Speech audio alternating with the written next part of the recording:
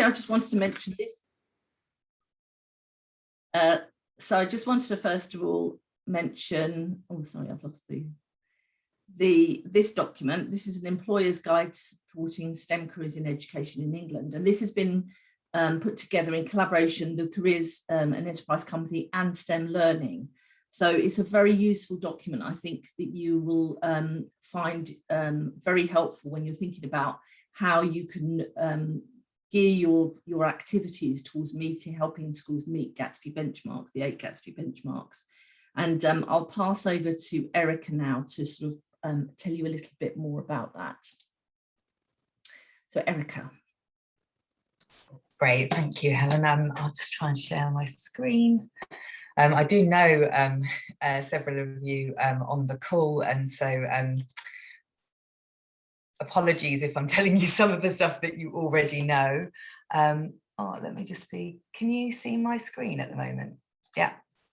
You can see the full slides. I'll just check yeah, brilliant. So what I want to do, just introduce myself. As Helen said, I'm the Business Partnership Senior Manager, but I cover the east of the country. So she'd cover the areas that you work in. And I work with our network there, and I'll explain a bit more about what that means in a minute. But I just wanted to really start in saying the interactive sort of side of this, to sort of say why I took my job. I grew up in, well, I was born in Cambridge, grew up in Suffolk, and my experience of careers education was going to the local sugar beet factory. And that was really about it. And I went off to London to do a degree in radio production because my media studies teacher was really interesting, and I enjoyed that project at sixth form. That was it. That was the entirety of why I did my career the way I started it. I mean, I had a fabulous time at the BBC for 6 years afterwards, but it's not where I've ended up. And after working in London for a long time, working with schools and colleges and working within corporate social responsibility, I really felt that I wanted to go back somewhere to make sure that young people across the whole of England could access the same kinds of opportunities that were happening in London.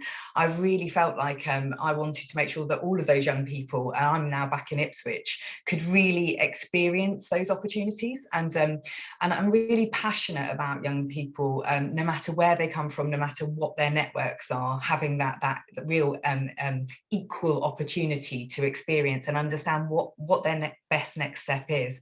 So just whilst I continue to tell you a little bit about Careers and Enterprise Company, I just wanted you to pop in the chat what you remember about your careers education at school. And although I just painted quite a negative picture of my careers education at school, I did want to say that you know, we were started over 5 years ago, and we're really trying to ensure that every young person is equipped to make their best next step. And things have moved on a lot. As you'll know, working in this sector now, we have career link governors, we've got careers leaders in every school and college, and there are multiple routes into employment. But I think it is worth reflecting on what we all remember of our careers education and why we're trying to make the change. So whilst you're popping in some of your ideas into the chat, it would be great. I'll just give you a bit of an introduction to who we are.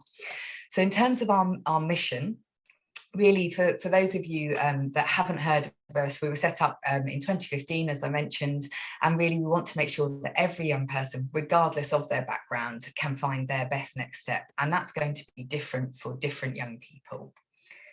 In terms of our vision, we want to make high quality 21st century careers education a reality for everyone, everywhere. And if I have a little look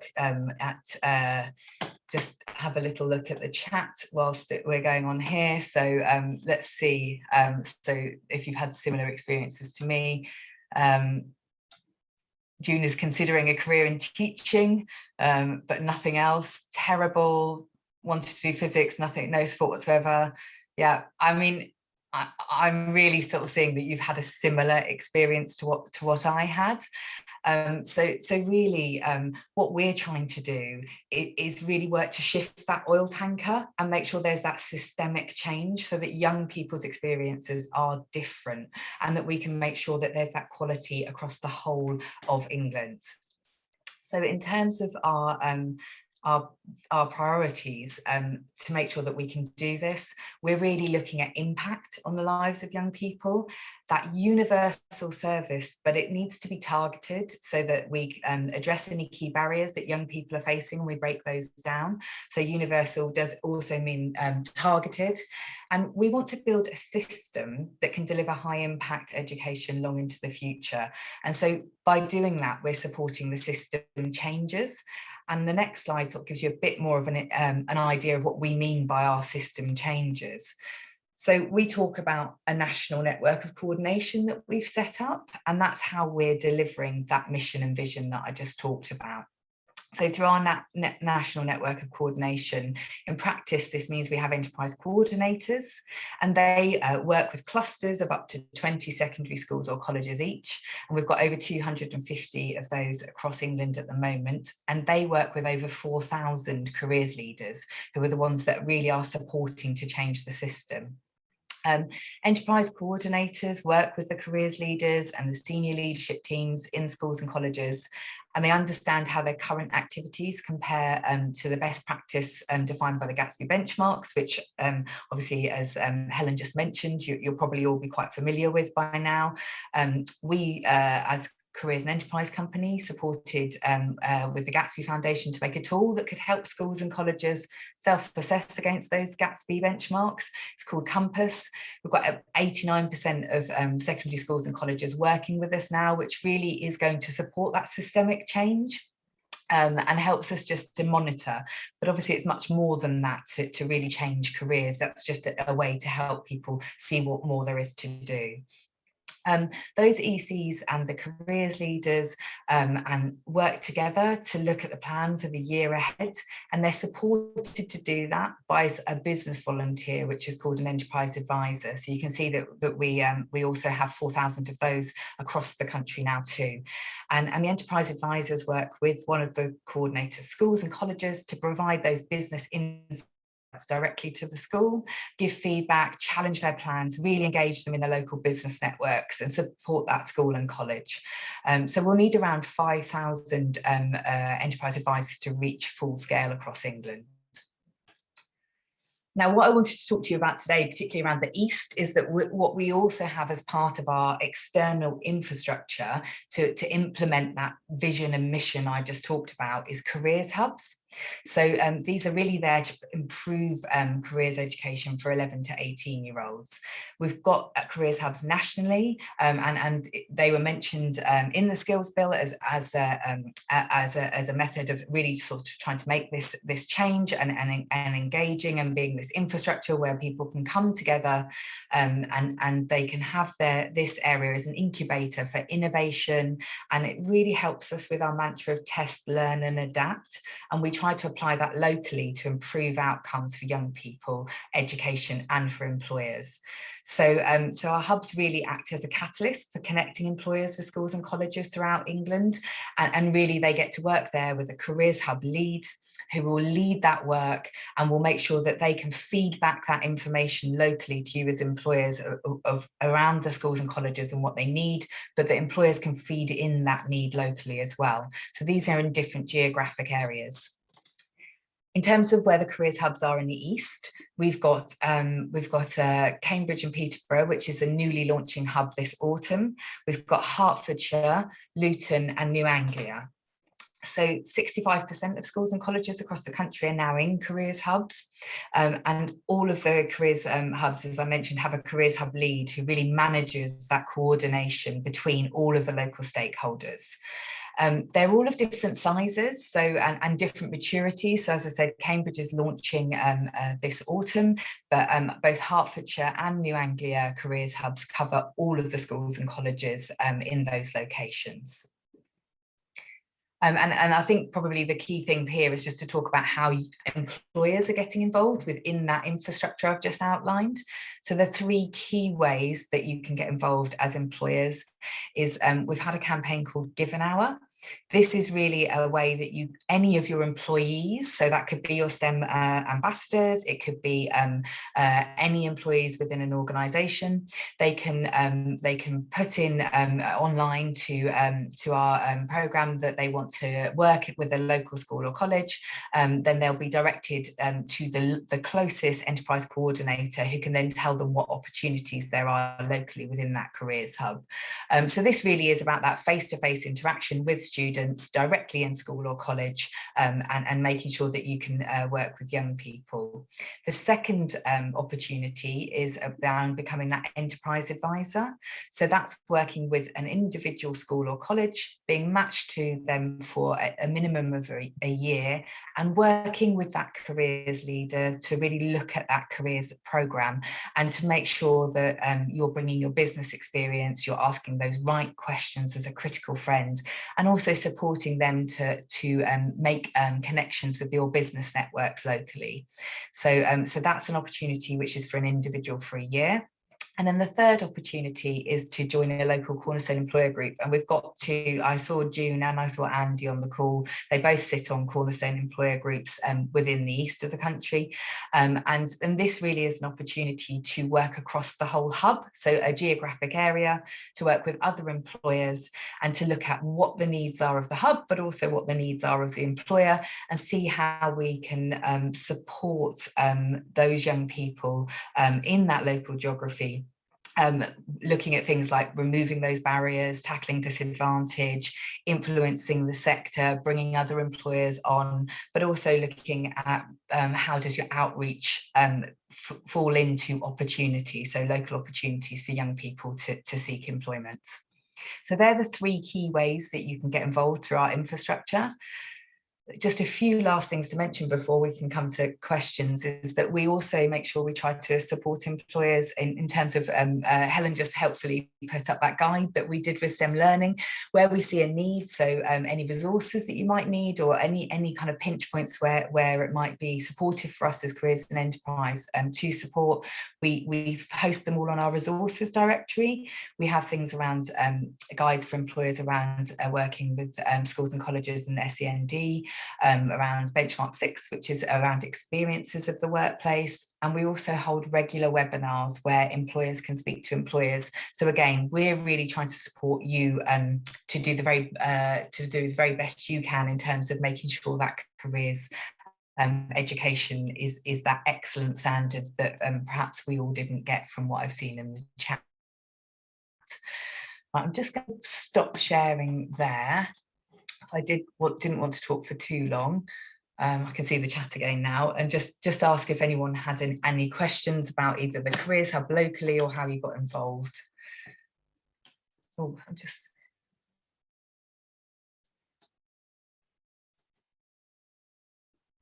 think people are introducing themselves on the chat, because it is quite interesting to hear which companies you're all from today. So please do put your company details in the chat. That's really helpful, because there are quite a range of different types of organisation here today. I know June is obviously an enterprise advisor for Hemel Hempstead School.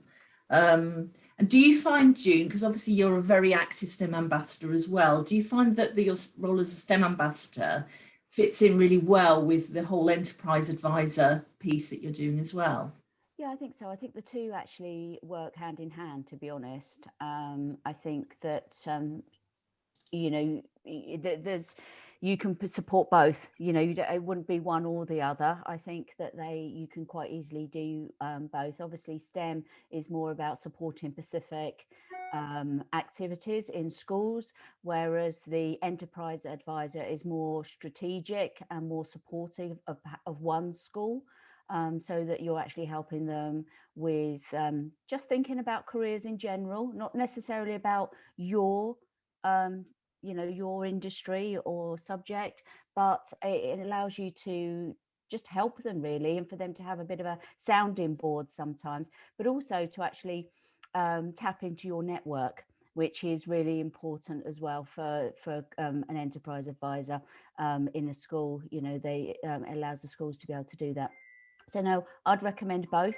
and you know, happy to do that. If anybody's got any questions, happy to answer that. Thanks, June. Helen, Yeah, as I say, I think that can I say something, if I may? yeah, sorry. Sorry, Helen. I was just going to add it from a cornerstone employer, MBDA. For those who don't know me, I work for MBDA. We're I say medium to large company in Hertfordshire. We've been a cornerstone employer for the Hertfordshire hub for roughly maybe 2 years now, I guess. And one of the things from an employer perspective is that we historically we used to do lots of things and try and support schools, etc., but was going in all manner of directions, and we didn't know really what the impact was and where the direction should be. And actually, one of the there's many things, many benefits of being a cornerstone employer, but one of them for us, which is a little bit selfishly driven, was it keeps us on point. It keeps us focused as to what the schools actually want, and therefore what could we deliver, and actually for the schools to understand what employers want, and for them to kind of maybe modify or adapt or change the direction of travel. So from our perspective, it just kind of made sure that we were joint up is a good way of putting it, and that for us was invaluable. Yeah, I think that's a really good point, Andy, actually. And I think the other thing to consider is that when we go into schools, obviously, companies are trying to go into schools, and the careers advisors, you know, the careers and enterprise company are also, you know, we don't want it to look like we're all competing against each other to try and get schools' attention. I think that, you know, having a much more collaborative and partnership approach just comes across much more professional, and I think we just get more sort of leeway with schools and manage to get more leverage within sort of careers departments and, you know, the schools generally, because obviously they can see that it's a concerted effort by all of us to improve you know, the lives of the students. So I think it really does help for us to do this together as part of a group, and that's why it's great that, you know, we've got so many people here today. So yeah, thank you, Erica, very much for that. I think it's nice to hear what's happening and about the careers hubs. Are there any plans for careers hubs to cover other parts of the region?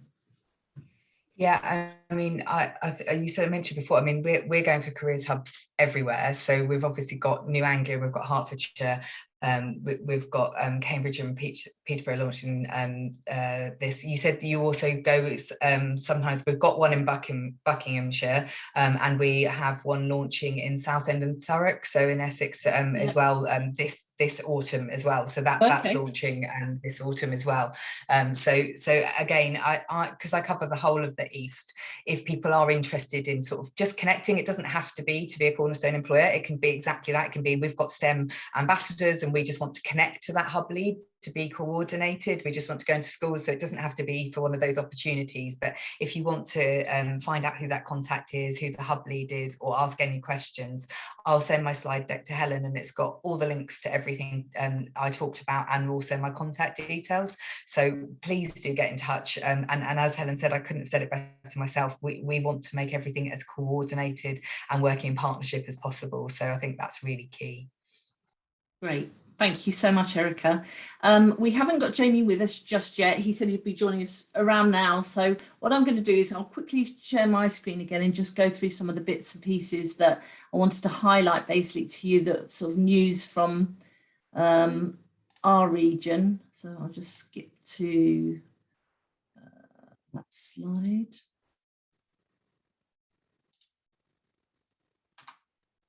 So yeah, just a few bits and pieces to let you know about that's happening sort of in the region from the point of view of us as a charity, and also for us as a STEM Ambassador Hub. So STEM Learning have started enrichment partnerships, which are much more teacher and student facing programs that we'll be promoting, and that's across quite a wide region, including Buckinghamshire and Essex.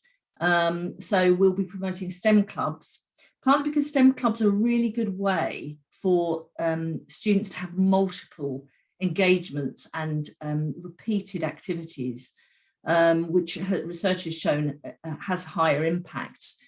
So that's something we're going to be doing some training for teachers on how to set up and sustain their STEM clubs. And we'll also be working with companies to increase the number of space champions across the region. So space is a great topic for students to get access to lots of different areas of STEM.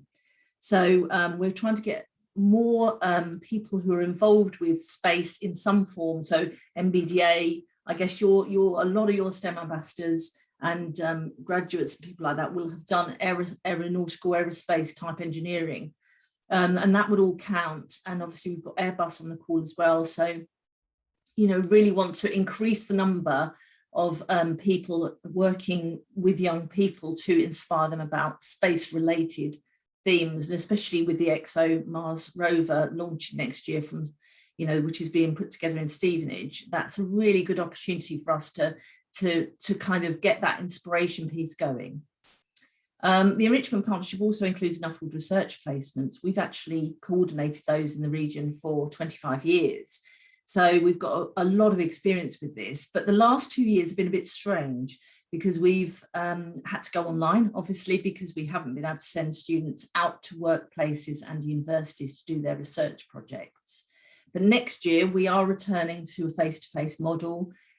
So we're asking for companies to provide, it can be from two or 3 weeks of a research project that you would have somebody doing a little bit of support for a student who's in the lower sixth form, sort of between the lower sixth form and the upper sixth form in their summer holidays, and they do a real research project.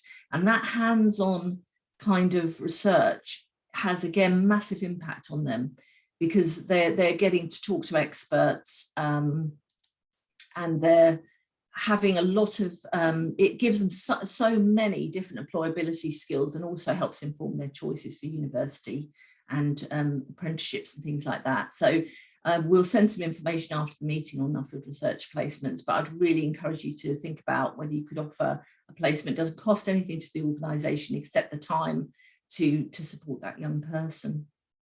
There's a virtual careers fair coming up on between the 1st and the 12th of November. There's a lot of national organisations taking part in that. The theme is in the environment. So if you think that you'd like to do something around that, then please get in touch and I can put you in touch with the national organisers.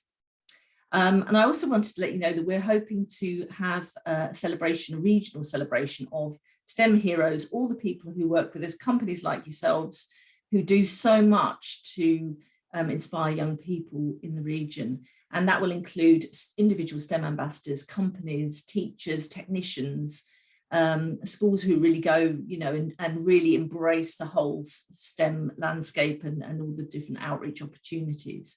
So I think that's probably going to be towards the end of the academic year.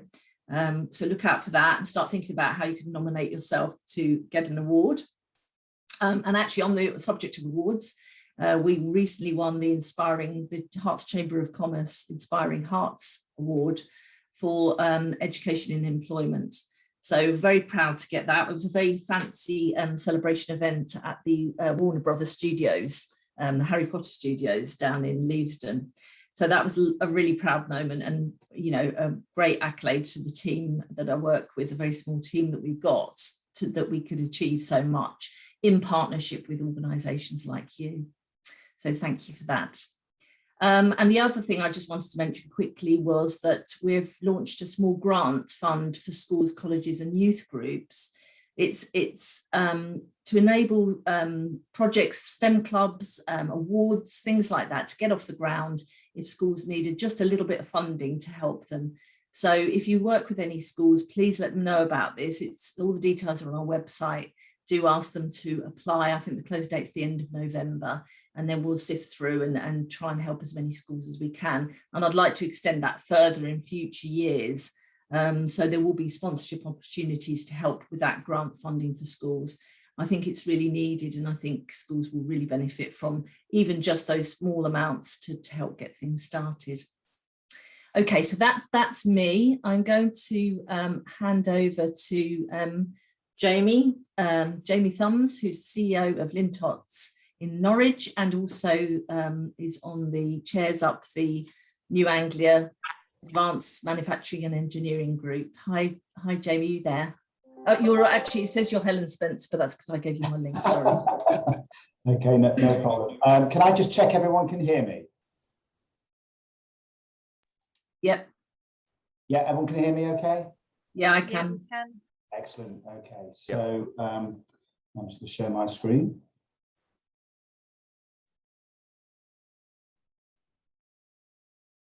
Okay, can everyone see? You should say name. Yeah. Yep. Okay, excellent. Okay, so good morning. So I'm Jamie Thumbs, as Helen has said. I'm the Chief Operating Officer of Lintott Control Systems. I'm a graduate engineer. I'm a fellow of the IET, and I'm deeply passionate about STEM and all things engineering and manufacturing because it's all I know. So for the last 30 years, I've worked in 3 businesses, 2 big businesses, and one that was my own. So for 10 years, I ran my own business until I sold it a couple of years ago. So manufacturing and engineering, it's deeply in my blood, and you know, as I get older, as I continue to study, what I recognise is that I really don't know what I don't know.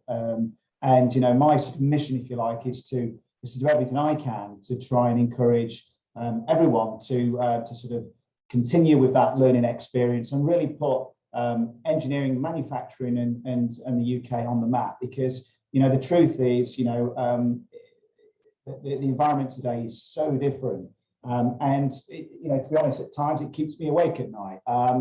So, you know, I always talk about what's called the VUCA environment, which I'm sure most people are aware of. So it talks about, or it looks at volatility, uncertainty, complexity, and ambiguity. And because of various reasons, whether it's digital transformation, technology transfer, whether it's COVID, whether it's geopolitics, globalization, or the converse of that, you know, businesses have a real conundrum at the moment, and what do we do? Because it's not an easy time, and I honestly believe the way forward is for businesses and organisations to come together. So since 2015, I've been very fortunate to chair the New Anglia Advanced Manufacturing and Engineering Sector Group. When we took it on, it was on its knees. It's been around for a few years, which we'll come on to in a few minutes. But you know, it wasn't doing anything, and that was a real shame. So myself and a number of colleagues from different organisations, which again I'll talk about in a few minutes, we decided that we needed to do something, and rather than wait for others, we decided that, you know, it was in our hands to sort of pick it up and to make something of it. And in essence, it was to address what you see on the screen, because you know, more of the same equals more of the same, and you know, there's no way we could we could continue with that. So name as it stands today, the composition is what you see here. So what it really does, it draws on the strengths of business. So a third of it, if you like, is business, a third is academic, and a third is civic. And I've split that into thirds, but you'll see that there's another section in there, which is delivery groups and influencers, which, you know, increasingly now we're recognizing that you know, it's not just the composition that we originally started with, which is the third sections that I spoke about, but you know, as we've got bigger and a bit more sophisticated, if I dare say that, you know, we're beginning to turn heads. So the New Anglia region is Norfolk and Suffolk, of course, but as we've started to develop, we've attracted attention from the likes of the IET, from Make UK, from STEM, and various other organisations. So our reach and our influence is arguably a lot more extensive than the region that we cover. And likewise, you know, it'd be foolish of us not to draw on that expertise and to bring it into the essence of what name is, particularly as we start to, you know, formulate the next stage of our strategy, and sort of pick up on well, what we need to do to make us stand out and to really make the sector continue to prosper. So that's the composition. In the centre, we have an industry council which meet every quarter, and there's in terms of the sort of representation, there's representation from each of those areas. So from academia, the civic space, and from industry. And what's really important for us is that it won't work without representation from any one of those parts. It's not just about business, it's not just about the academics, it's not about the councils. We've all got a vested interest in all of this. And as I say, as we've got a bit more sophisticated, it's also about drawing on those influences from and the contribution from other parties. So on top of the sort of name epicenter, if you like, what we've built around it are a number of regional sector groups, and you'll see those on the screen. So there's currently 7, ranging from Kings Lynn all the way down to sort of Ipswich and into West Suffolk. So each of them are, they're so different, and what we've learned as we've built these is that it's the sort of tensions and the sort of business requirements in each area actually do change. So, for instance, Great Yarmouth, for instance, so this is the East Coast Manufacturing Group. Their focus is very much about energy. Elsewhere in the sector, in the region, the focus is much more on food and beverage, etc. So, having these regional groups is really important to build up that rich knowledge of what's happening in what is arguably a relatively small area. But even though it's a small area, it's incredibly diverse. And what we have sort of within the sector is a rich diversity of different businesses, and a supply chain of specialisms from aerospace to automotive to food and beverage to control systems to energy. So we need to understand all of those different requirements and build that into our mix and ultimately into our strategy. So the regional groups are essential to what NAME is, what it continues to be, and what it will be in the future, for the very reasons that I've just highlighted. In terms of the timeline, I touched on this a few moments ago. It was birthed in 2011, but it was very different then. I think the motivations were somewhat different to what they are today.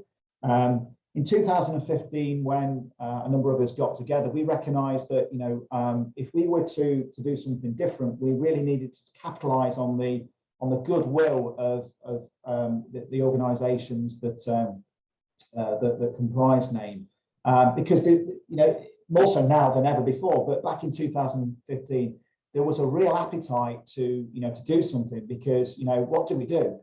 We can't expect the government to do everything. The money's gone. The piggy bank is dry. We can't expect our councils to do things for us.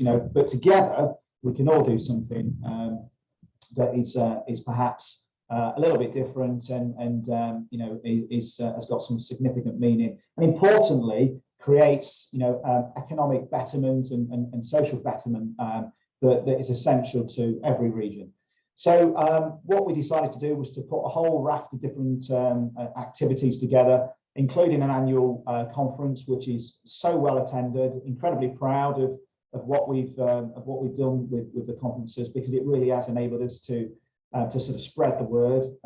The sort of average footfall is about 140 delegates, so that's very good.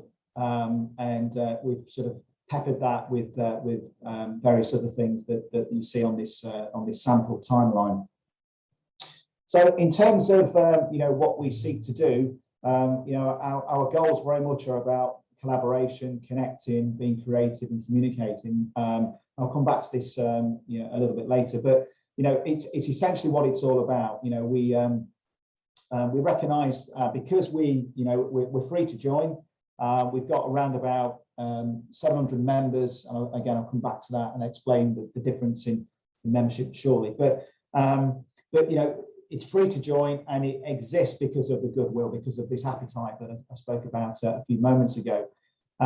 So in order for us to do the things that we need to do, we have to connect with other organisations. We try and lobby, but we have to be conscious of the resources that we've got, which is not that much. So it's all about those connections. It's all about being collaborative in order to sort of feed the creativity, to bring the engineers into businesses, to encourage mature students and young people to, to pursue a career in STEM and engineering, manufacturing in particular for me, because without them, the truth is we're toast. So and every business that we speak to, just as my own, it does keep business awake at night, as you know, as to not just the talent coming through, but the quality of the talent coming through. That's the key thing. These people, we need to hit the ground running as quickly as possible. So in terms of highlights today, so you'll see the sort of sample here. So the 7 manufacturing groups.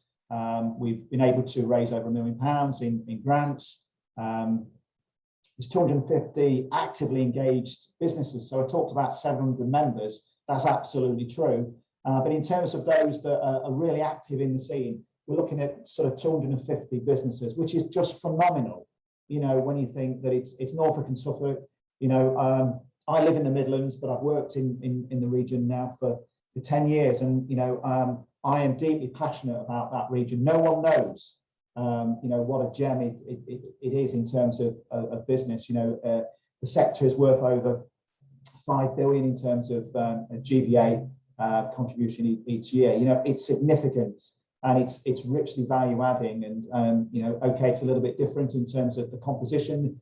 It doesn't have the volume of big business, but what it has are some incredible businesses that are doing groundbreaking things. So how we support them and how we help them improve productivity, if I dare say that, is so important. Achievements. Well, we're going to talk about that in a few minutes and look at some key examples. But we're doing a lot in terms of knowledge exchange, and this is with limited resources, I have to say. It's incredible what we do with so little. Talk about doing things on a shoestring, but it really shows that this is not about money. This is not about talking things to death. This is about getting on with the things that matter. Doing it responsibly and as expediently as possible, incurring very little cost. And we've been doing this now since 2015. We're planning for the workforce of tomorrow, which I'm going to come on to in a few minutes. But the key thing for me is we've got people talking. We really have got people talking. We've got people excited, businesses excited. And the next stage in our evolution is to sort of take that, the sort of composition and to widen it. And we'll see where that takes us. So in terms of creating the engineers and the technicians and the support staff for tomorrow, Productivity East, which I don't know if you've heard of, is the regional centre for engineering. Really, it's at the University of East Anglia. It was birthed by name back in 2016, and it was officially launched last week. I have to say I'm incredibly proud to be associated with it. I'm on the advisory board. I was one of the co-originators, and this for me is really important because it brings in those all important sort of new competencies, that fresh talent that are required by a business. At the same time as doing that, it's also an opportunity for businesses to come together. So it's got various pieces of equipment that disruptive technologies that again are essential for the innovation of tomorrow. So I could talk all day about it because I get really excited, but I won't. Another thing that we've been responsible for is the Digital Accelerator. So this is located actually in my business at Lintop Control Systems. So we have a digital CAD studio where organisations can use it. I think it's £20. It just covers light and heat. It's essentially peppercorn fee really, but it's for businesses and organisations to use. So it's going to be used by the Norfolk Computing Hub, for instance, for a whole series of lectures and sessions for teaching teachers in all important computing skills. But it's also used by West Suffolk College, by some of the other colleges. And again, what's really important here, this is a business that is doing its best to support other businesses because we've got the available space, because we've got a supply chain, because we're connected. We can pull on that resource And it's crass if we don't, to make it easy or easier for organisations to to get people really excited about STEM. Other initiatives that we've got going, so we're responsible for a talent sharing platform. If you go to the main website, you'll see it. It's when I say groundbreaking, talent sharing platforms in isolation on groundbreaking, but what we've done is hopefully groundbreaking, because we have a lot of seasonality in the region. So we're really trying to keep the talent where it needs to be, and share that amongst businesses. And again, what is encouraging is there's a real appetite for businesses to use that service. After all, it's free. We have a trade directory. We've got various groups that are tackling various things, and we're just in the process of putting together a sort of name indentured training program, a qualification called Create, which will be delivered through the regional colleges. And there's lots more we're doing as well. This is just a small fraction of what's happening. Because of the sum of everything, we've got this growing reputation, which I'm absolutely thrilled about. And it's you can see some of the organisations that support us, and you'll see that some of those are outside of Norfolk and Suffolk, which hugely pleasing. But it enables us to do the next thing. It enables us to seriously do what we're not doing today, which is something that I can't wait to discuss next time. So in terms of the future, it's all about collaborating. It's about challenging the norms and really putting the region on the map, and then breeding that sort of cross-sector collaboration and innovation. And looking to the future, finally, in terms of broadening what we have, what we'd like to do is to work with various organisations to offer some form of consultancy to businesses. So the manufacturing advisory service that isn't as it was. In a past life, I had a lot to do with MASS, and I was disappointed when they disappeared, because they were a great help to some businesses. So that's an opportunity for us to sort of build on the expertise, because this is all about leader to leader. So there's nothing more comforting for a leader to talk to someone that's been through those pains, that understands business and the dynamics. So we because of the goodwill and the appetite, we can capitalise on that. It's about sharing best practice, and we're building mechanisms and vehicles to achieve that. Finally, it's, for me, it's how we tap into innovation and build supply chains and develop that for the region. So incredibly quick. As you probably can tell, I could talk all day, so I'll stop. But I'll take any questions if anybody has any. Thank you. Thank you so much, Jamie. Any questions from anybody? I can see already Baxter Healthcare are very interested in joining the group. So that's great. So we can put you in touch with each other soon. Lovely. That would be great. Listening to you's made my heart sing. So we are struggling, as you can imagine. I have literally been speaking. I've been screen grabbing all your slides and sharing it with our plant director and our head of operations, because it ticks everything we know we want to do, and we're about to start on a new journey. So yes, please. Yeah, no, it'd be great. I mean, we're doing some great things, and I think the bit that matters for business is that it's you give as much as you want to, and it's not that much really. I'm lucky because I have a bit to do with Lincoln, and I'm now on the board of Cambridge and Peterborough for the Smart Manufacturing Alliance. But there's a real appetite. There's a movement. Maybe it's because of Brexit and COVID. I don't know, but there's a real appetite now for businesses to get on and help each other. Even businesses that compete in the same space. We're just better doing this, aren't we? And sharing.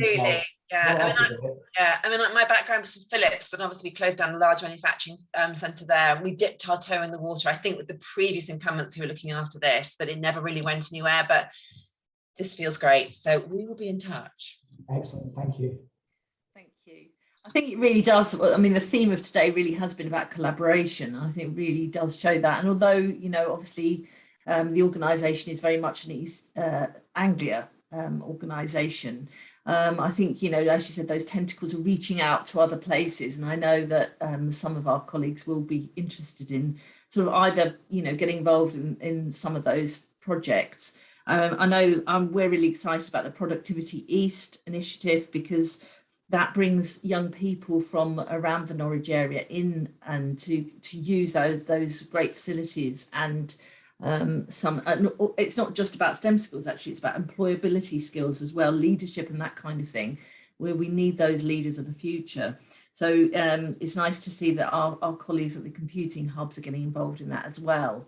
And really sort of it really is truly a very collaborative area. So thank you, Jane. That's really great to hear about that, and just a different kind of focus for food for thought for the rest of us as well, I think. I just want to open the floor to anybody now. Would you like to, what I'd be really interested to hear what people are planning for the year ahead.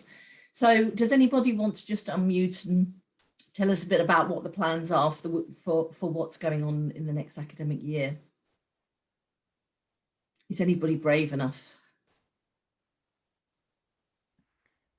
Helen, I can add something if you want to from MBDA. Yeah, please, Andy, thanks. Yeah, we as you know, last year it was quite challenging, I'm sure, for all the employers really, and many of our outreach programs had to be amended drastically or cancelled, and it was heartbreaking, because not only from reaching out to students, of course, which is clearly our primary aim, but also the work that goes into it internally. It's a real shame for everyone concerned, because they're all doing it for the right reasons. They're all voluntary, and it's it's great to see. So that was frustrating, but this year it's a little bit more optimistic, I have to say. So for those that don't know, we have probably about 5 or 6 programs across the UK where we introduce or invite schools into the business. Now, of course, with COVID, that was a little bit more tricky. But we have full expectations for Robot Rumble is definitely going face to face, unless anything changes dramatically with the business in the winter, of course.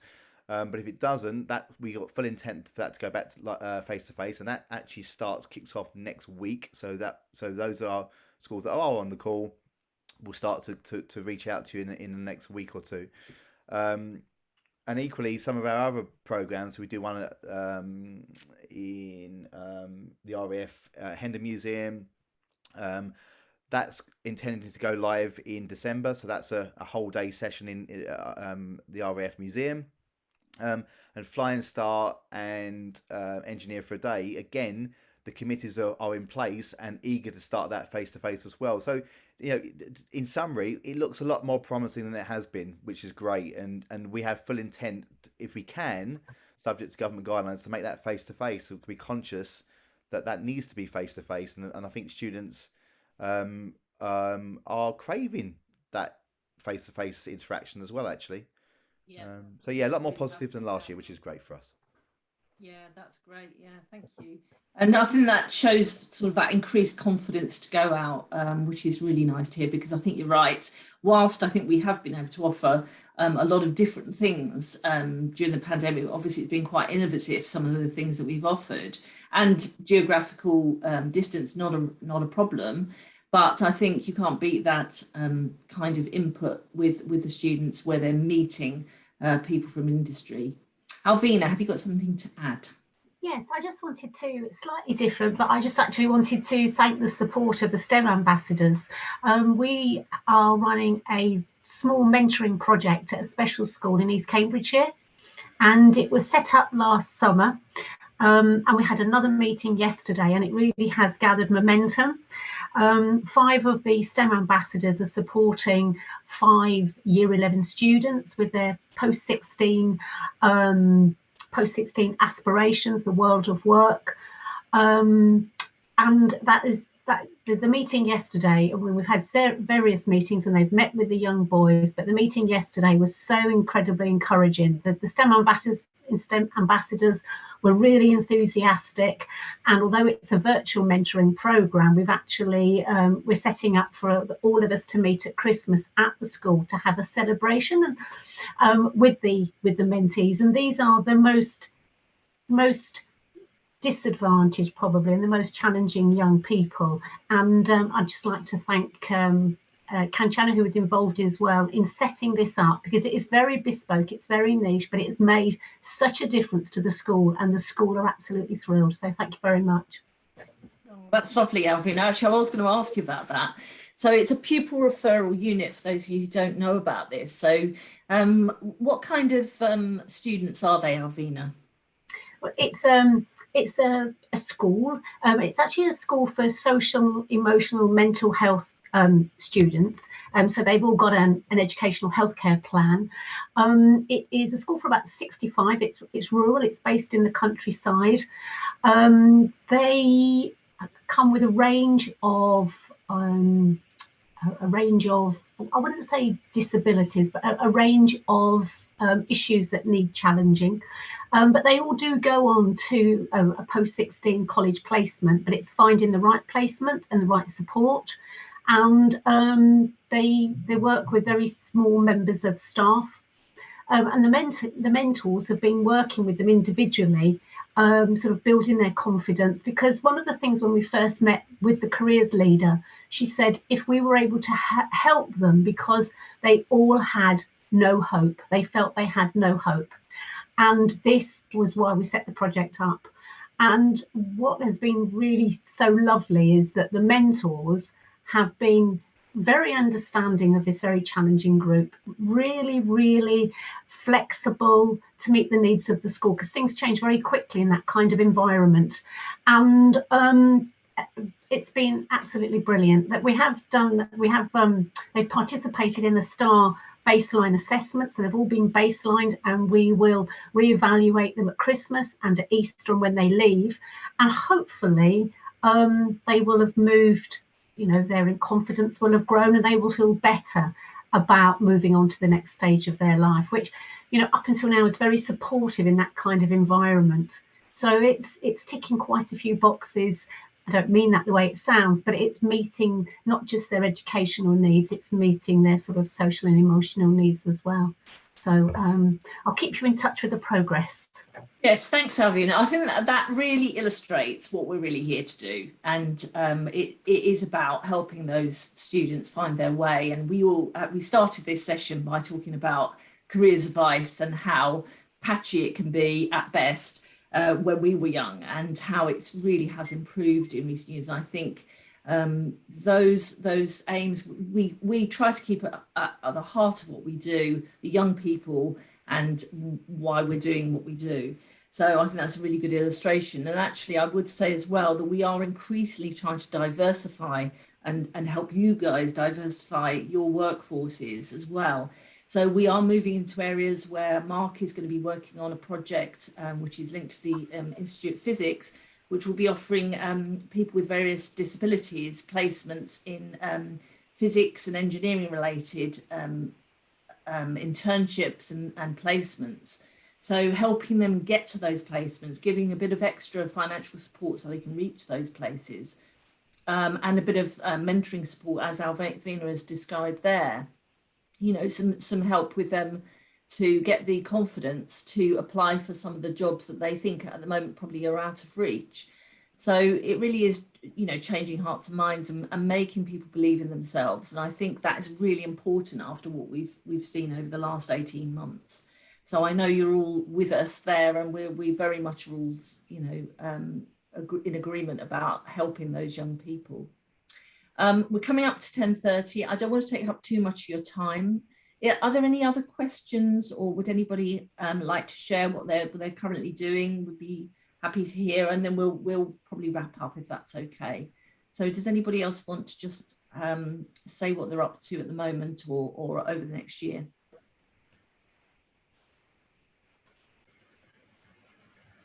No? Okay. Well, I'm really glad that you've joined us today. I think it's been a fantastic session. And as I say, really nice to hear about all the collaboration that's going on in our region. I think it's a fantastic place to live, actually, the east of England. What a great area. There is just so much going on, so much commitment from companies and organisations around the area. So we really appreciate that. And great to see you all. Thank you for joining today. We will send some notes afterwards and slides and things. So anything that you would like more information on, just let us know, and we'll be back to you as soon as we can. So thanks very much, everyone. Good to see you.